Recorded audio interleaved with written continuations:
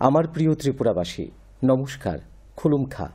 15ই August 2024 ৭৮তম মহান স্বাধীনতা দিবস উপলক্ষে আমি ত্রিপুরাবাসীকে আন্তরিক প্রীতি ও শুভেচ্ছা জানাচ্ছি।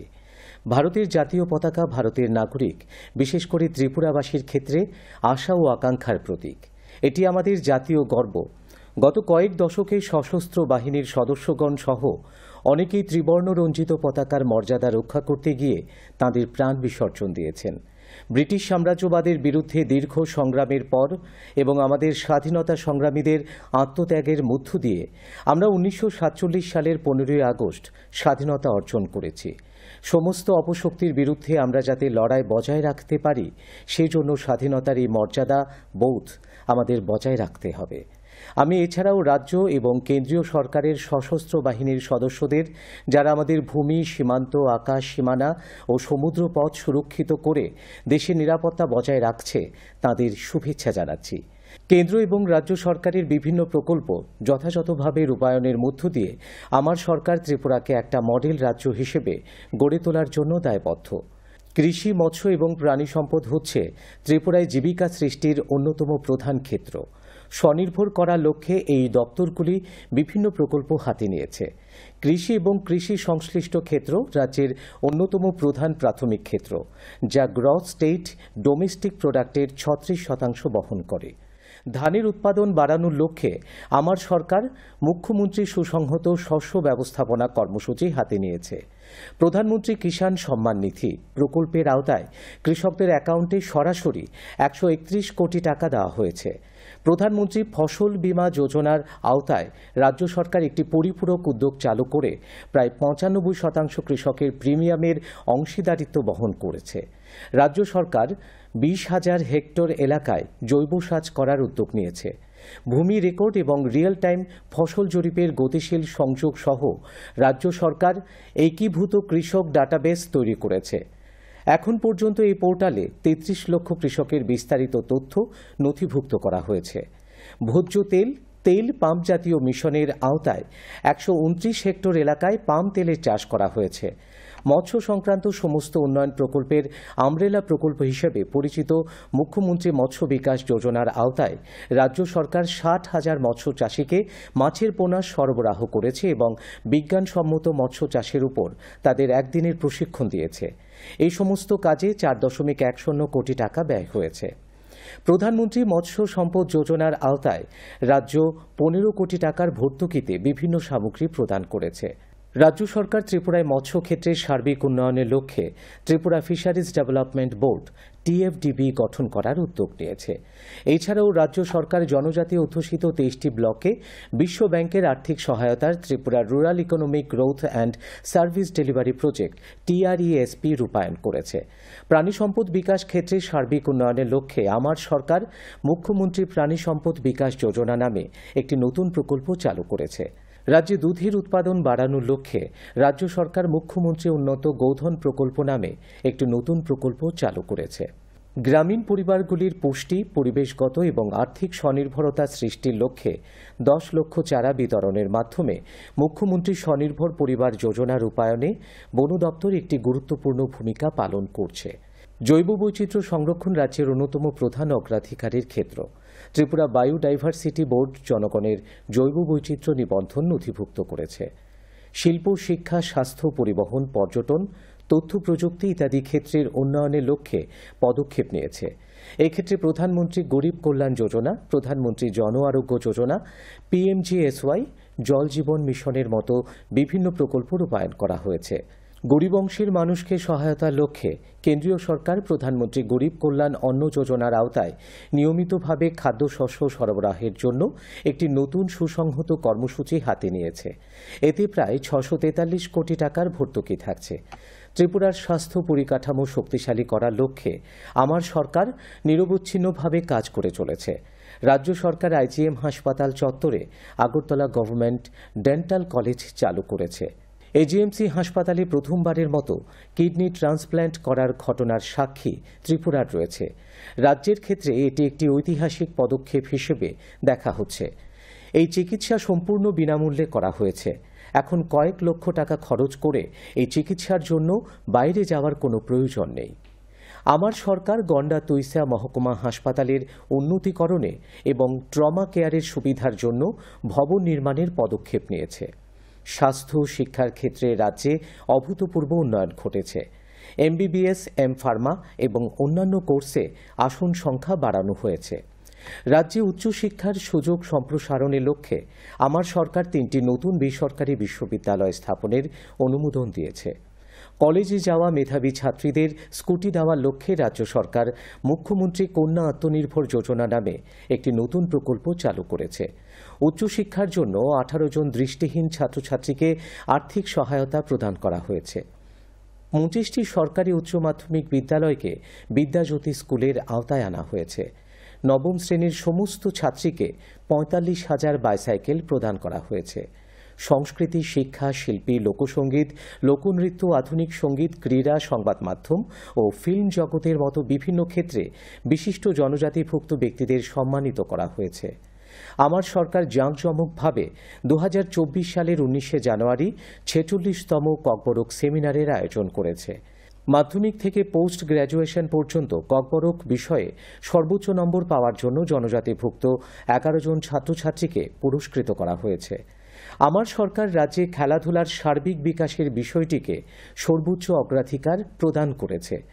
সম্প্রতি অনুষ্ঠিত 2023-2024 সালের জনজাতীয় খেল মহোৎসবে ত্রিপুরা 3টি স্বর্ণ, 3টি রৌপ্য এবং 5টি ব্রোঞ্জ পদক এনেছে। সম্প্রতি অনুষ্ঠিত তৃতীয় খেলো ইন্ডিয়া মহিলা জুডো লীগ 2023-এ পূর্বাঞ্চল 18টি পদক পেয়েছে। তাঁত শিল্পী কারিগরদের গ্রামীণ অর্থনীতির উন্নয়নে আমার সরকার গুরুত্বপূর্ণ ভূমিকা পালন করছে। আমার সরকার আগরতলায় একটি হস্ততাঁত, হস্তকারু এবং রেশম শিল্প ভবন স্থাপনের অনুমোদন দিয়েছে।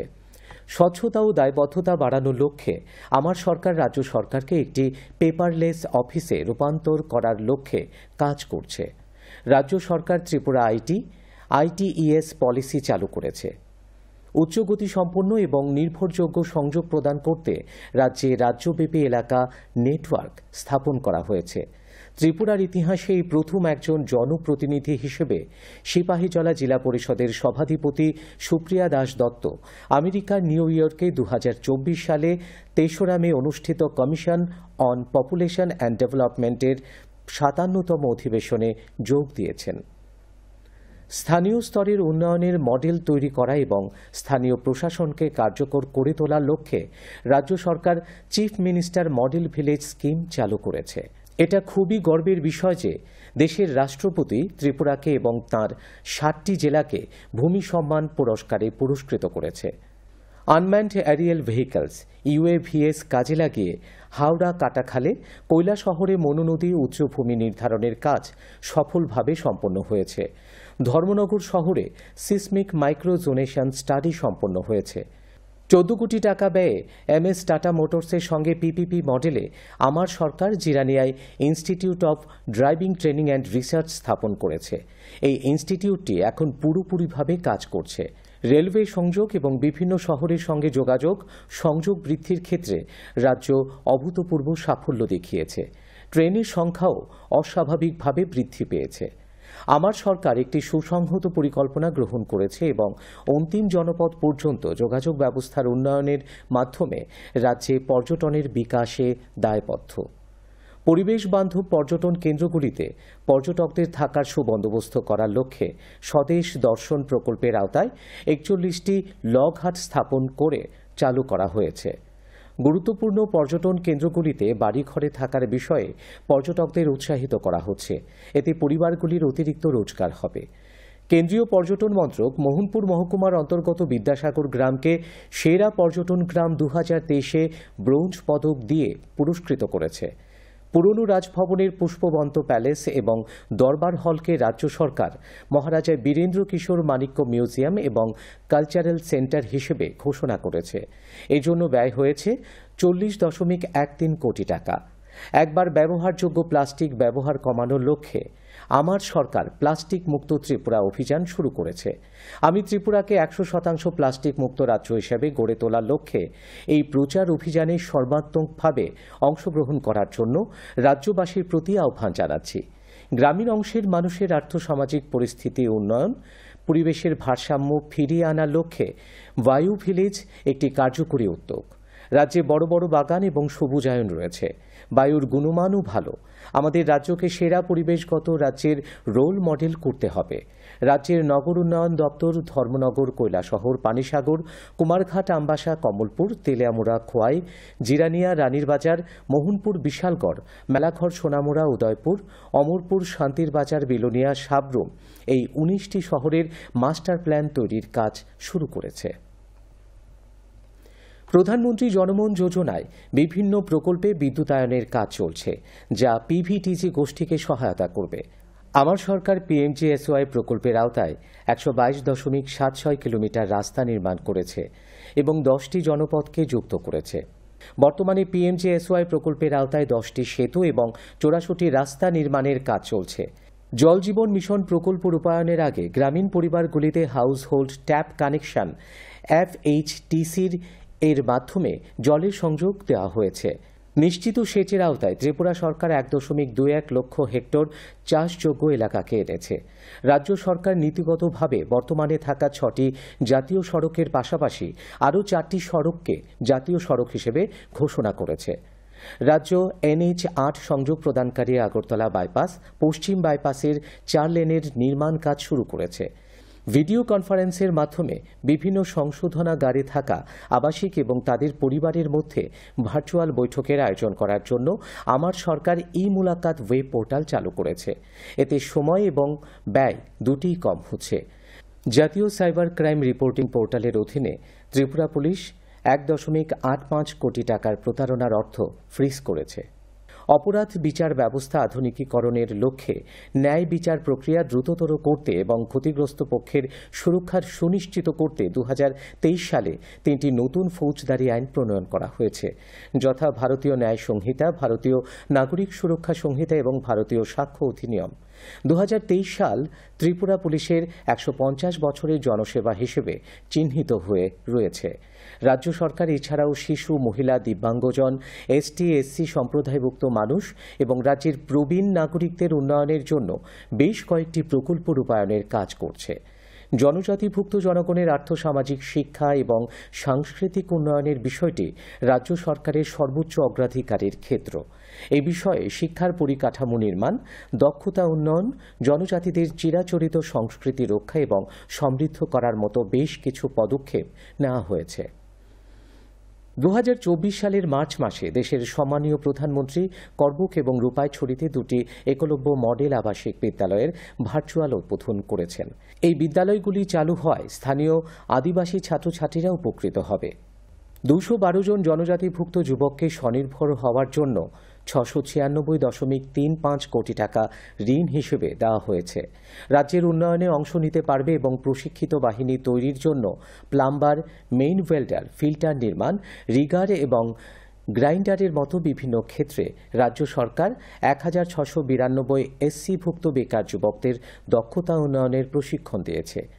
মুসলমান, খ্রিস্টান, ST বহির্ভূত, বৌদ্ধ ধর্মাবলম্বী, ST বহির্ভূত, শিখ এবং জৈন ধর্মাবলম্বীর মতো সংখ্যালঘু সম্প্রদায়ের স্বার্থে আমার সরকার নিরলসভাবে মিশন মোডে কাজ করে চলেছে। নথিভুক্ত নির্মাণ শ্রমিক এবং তাদের পরিবারের সদস্যদের সামাজিক নিরাপত্তা সুনিশ্চিত করার লক্ষ্যে রাজ্য সরকার নির্মাণ শ্রমিক কল্যাণ প্রকল্প 2.0 চালু করেছে। রাজ্য সরকারের বিভিন্ন দপ্তরে 4,910টি গ্রুপ সি এবং মাল্টিটাস্কিং স্টাফ গ্রুপ ডি পদে লোক নিয়োগের জন্য রাজ্য সরকার joint recruitment board of Tripura গঠন করেছে। Lower division clerk, agri assistant TAFSGR 3 এবং এগ্রি অ্যাসিস্ট্যান্ট TAFSGR 3 ছাড়া পদের জন্য 1980 জন প্রার্থীর নাম সম্বলিত ম্যারিট লিস্ট প্রকাশিত হওয়ার পর উপযুক্ত প্রার্থীরা রাজ্য সরকারের 35টি দপ্তরে যোগদান করেছে। ন্যাশনাল ক্যারিয়ার সার্ভিস প্রজেক্টের আওতায় প্রাইভেট সেক্টরে চাকরি প্রার্থী নিয়োগের লক্ষ্যে 2023-2024 সালে 17টি জব ফেয়ার এবং রিক্রুটমেন্ট ড্রাইভ সম্পন্ন করা হয়েছে। 2268টি শূন্য পদের জন্য 2527 জন প্রার্থী এগুলিতে অংশ নেন এবং 324 জন প্রার্থী কর্মক্ষেত্রে যোগদান করেন। চাকরি প্রার্থীদের সুবিধার জন্য দক্ষিণ ত্রিপুরা জেলার বিলোনিয়ায় 2024 সালের মার্চ মাসে নতুন জেলা এমপ্লয়মেন্ট এক্সচেঞ্জ স্থাপন করা হয়েছে। 2023-2024 অর্থ বছরে রাজ্যের বিভিন্ন বিদ্যালয় এবং কলেজে 103টি ক্যারিয়ার কাউন্সেলিং প্রোগ্রাম করা হয়েছে এবং এগুলিতে 15,000-এরও বেশি ছাত্রছাত্রী চাকুরি প্রার্থীরা অংশগ্রহণ করেছেন। এই সময়ে 60টি ক্যারিয়ার এক্সিবিশন প্রোগ্রাম করা হয়েছে এবং এগুলিতে 3,236 জন ছাত্রছাত্রী অংশগ্রহণ করেছেন। রাজ্য সরকার MMDUP প্রকল্প চালু করেছে এবং সাধারণ ডিগ্রি কলেজ, প্রযুক্তিগত ইনস্টিটিউট, ITI অন্যান্য প্রতিষ্ঠানের প্রার্থীদের বাজার প্রস্তুতি, দক্ষতা উন্নয়ন এবং উন্নত চাকুরি ভিত্তিক দক্ষতা উন্নয়নের প্রশিক্ষণ কর্মসূচি প্রদান করেছে। ত্রিপুরার মানুষ শান্ত ও ভালো। রাজন্য আমল থেকে আমরা এই অবস্থা দেখে আসছি। এমনকি বড় শহরের বিপক্ষে যখন আমরা দাঁড়াই, অনেক বিষয়ে আমরা সম্মান দেখাই। এরপরও আমাদের অনেক অগ্রগতি করতে হবে। গত 26শে জানুয়ারি প্রজাতন্ত্র দিবস উপলক্ষে এই রাজ্যকে মাদকমুক্ত হিসেবে গড়ে তোলার মতো কিছু বিষয় স্মরণ করিয়ে দিয়েছিলাম। এই ছাড়াও আমি বাল্যবিবাহ বন্ধ করার জন্য অনুরোধ করেছিলাম। আমাদের প্রচুর প্রাকৃতিক সম্পদ থাকায় চলুন আমরা এই রাজ্য থেকে প্লাস্টিকের ব্যবহার চিরতরে বন্ধ করি। চলুন সংরক্ষণেও আমরা কিছু অবদান রাখি। এই 4টি বিষয়ে শপথ নেওয়ার জন্য আমি আপনাদের সবাইকে অনুরোধ জানাচ্ছি। আগামী দিনগুলিতে আমাদের এই পরিবর্তন দেখাতে হবে। এই জন্য সবাইকে এগিয়ে আসতে হবে। আরও একবার এই বিশেষ দিন উপলক্ষে সবাইকে শুভেচ্ছা জানিয়ে আমার বক্তব্য শেষ করছি। ধন্যবাদ। हम बाय थैंकिंग यू ऑल। जय हिंद।